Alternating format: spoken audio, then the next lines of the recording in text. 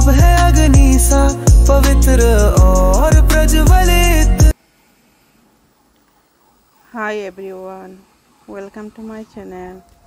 আজকে আমি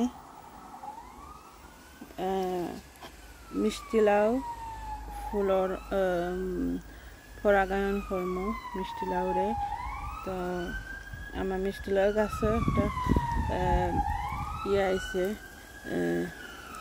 বড়র লাউ আইছে দেখাইলাম।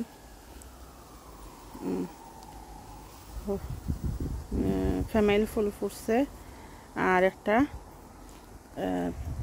মেল ফুল ফুটছে। এখন আমি পরাগায়ন করিয়ে দিমু, পলিনেশন করবো। তো হয়েছে একটা মেল ফুল। তো মেল ফুলরে আমি মেল ফুলর ফাঁকরি সিরিয়া। তো আমি ফিমেল ফুলরে পলিনেশন করবো, পরাগায়ন করবো। তো আমি দেখাইলাম কীরকম পরাগায়ন করেন। তো যারা নতুন গার্ডেনার আছেন তারা আমার মতন হরিয়া যদি এভাবে পরাগায়ন করিয়া দেন তাহলে লাউ জড়িয়ে পড়তো নাই, টিকে যাইবার সম্ভাবনা থাকে, বড় হইবার সম্ভাবনা থাকে। তো ও ধরনি তাকিয়া লাউ ফুল তাকে একটা পাউডার বাড়াইছে। ও লাউ ফুল তাকিয়া ও পাউডারটা ভিতরে ঢুকাইতাম, এই যে মেল ফুলর ভিতরে লাগাইতাম। তো আমি ফাঁকরিটা ছিঁড়ি।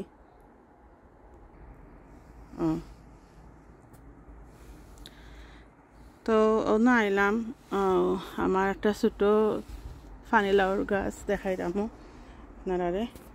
তো ও গাছের মাঝে আমি ওলাখান পলিনেশন করে দিছিলাম। আমার পয়লা লাউটা পলিনেশন করিয়া আমি দিছিলাম। তো আমার লাউটা ঠিকই গেছে। ও দেখা একেবারে নিচে গুড়ির মাঝে লাউ আইছে। ও লাউটা টিকছে। তো আমি আমার গার্ডেনে তো আছে একটা দুইটা বিও আছে, তারাও আইয়া করে আর আমিও আতে দিলাম আর কি, কনফার্ম করিয়া পলিনেশন করিয়া দিলাম আতে। তো তো আমার প্রথম লাউটা টিকছে, দুখরানি বড় হয়েছে। আর ও আছে আর একটা লাউর হয়ে আছে আরও আইসিল লাউর হয়ে আরও দুইটা তিনটা। তো এটা ঠিকছে না, ফসিয়া পড়ে গেছে না। আমার লাউ গাছ তো একবারে ছোটো রয়েছে। তো মনে হয় ভিটামিন অভাবে হইতে পারে। তো আমি কালকে আবার গুড়ির মাঝে একটু নতুন মাটি দিছি, দেখি এখন একটু বড় হয়নি লাউ গাছটা। তো আপনারা যদি লেখান লাউ আসা শুরু হয় তো গাছও একটু মাটি দিবা, নতুন মাটি দিবা, ভিটামিন দিবা। তো আমিও দিছি কালকে, দিছি আমি দিছি গ্রোশিয়ার, দেখানি গ্রোশিয়ার দিছি একটু। আর হয়েছে খুব বেশি তো তুফান দেয় 2-3 দিন দেখিয়া, বাতাস দেয়, বৃষ্টিও দেয়। তো এটা লাগে আমি ঠান্ডা হয়ে গেছে একটু। তো এটা লাগে আমি ব্যাগ দিয়া খারিয়া ব্যাগ দিয়া আমি করছি একটা। অন্য আছে আরও দুইটা লাউ বড়র। তো আমি এগুন ধরে বান্ধিয়া দিছি, বান্ধিয়ে দেওয়ায় দেখলাম এগুনটা একটু বালা আছে। তো ওরকম ব্যাগরে আমি নিচের দিকে খাটিয়া দিছি যাতে, আর উপরে দিয়া বন্ধ করছি, কাপড় মেলিয়া দিবার আছিল প্যাক আছে, প্যাক দিয়া আমি ওরকম আঠাইয়া রাখছি। আর নিচে দিয়ে খাটি দিছি কে লাগে যেন বৃষ্টি আইলে বৃষ্টির পানি জমা হইয়া থাকতো না ব্যাগর ভিতরে, তো পড়ি যাইব, আগলেও জড়িয়া পড়ি যাইব। তো লাউটাও বড় হইব, গরম পাইব ভিতরে। আর বাতাসে নষ্ট করতো না। অনেক সময় বাতাসে বারবার সরাইতে লাউর খিতা করে দাগ দিলা দাগ হয়ে যায় লাউর মাঝে, খৈন মাঝে, আর হয়ে যায় এরকম।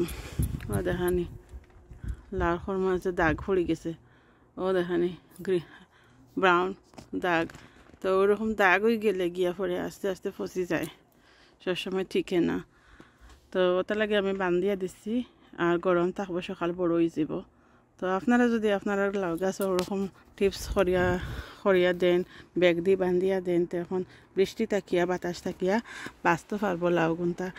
আর আমার মতন করিয়া পলিনেশন করিয়া দিবা লাউর মেল ফুল দিয়া ফিমেল ফুল করে পরাগায়ন করিয়া দিবা, তো দেখবানে লাউ ঠিকই যাইব। তো দেখো ভিতরে লাউ আছে, এটার ভিতরেও ফাতা লাগে দেখা যায় না। তো আমি আচ্ছা দেখাই একটু, যদি বড় হয় তো আপনারা লোকে আরও শেয়ার কর মনে। ও দেখানি ভিতরে লাউ বড়র, এক জায়গায় দুইটা দেখানি। যদি বড় হয়ে যায় আমি আরও শেয়ার কর মনে আপনারা লোকে পরে। তো আমার লাগে আশীর্বাদ করবা, দোয়া করবা লাউ গুনটা যেন আমার ছোটো গাছেও যেন লাউ হয়, বড় হয়ে যায় 4-5টা। তে প্রত্যেকবারও আমার 20-25টা লাউ ধরে। আমি ফ্রেন্ড বন্ধুরেও দেই, বাটিয়া দেই, আত্মীয় স্বজনরেও দেই।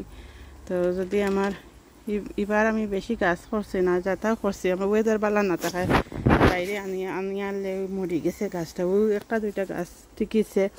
আর গতকালকে এই আমার একটা ভাঙি গেছে, তারবার আনিয়া দিতাম এবার একটা। তো গতকালকে আমি আরও কয়টা গাছ আনি লাগাইছি আমার গ্রিন হাউসও থাকি। গ্রিন হাউসের ভিতরে বেশি রাখছিলাম রইয়া, তো দেখি ওগুলো সুন্দর হইয়া গাছ হয়েছে। তো বার করলাম গতকালকে। তো যদি আমার ভিডিও আপনারা ভালো ফেলে লাইক, কমেন্ট আর সাবস্ক্রাইব করবা আমার চ্যানেলটা। আর আমার চ্যানেলটা বেশি বেশি করে আপনারা সবাই শেয়ার করবা। Thank you for watching my video. আপনারা সকলকে আমার ভিডিও দেখার জন্য ধন্যবাদ।